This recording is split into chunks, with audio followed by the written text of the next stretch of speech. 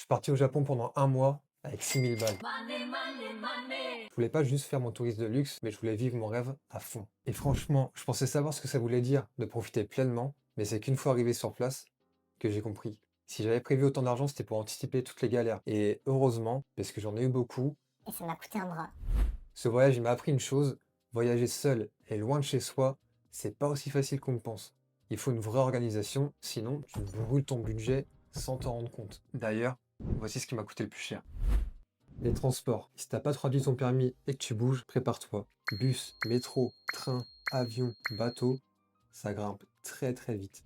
Les logements. Si t'es prêt à sacrifier un peu de confort, tu t'en sors bien. Mais si tu veux garder le confort que t'as quand t'es chez toi, le prix monte aussi vite que des étages d'un immeuble de Tokyo. La bouffe, le point qui est sans doute le plus important. Là, c'est pas qu'une question de budget, parce que vu que t'es dans un pays étranger, t'as envie de tout goûter.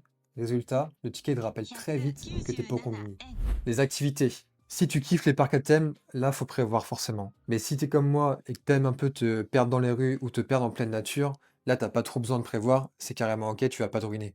De toute façon, chacun vit son voyage à sa manière, mais les catégories de dépenses, elles reviennent, et elles reviennent pour tout le monde. Si tu veux que je te détaille un point en particulier, logement, transport, bouffe, galère, dis-le moi en commentaire, je te ferai une vidéo là-dessus. Sur ce, mite que l'été, alligato, matane!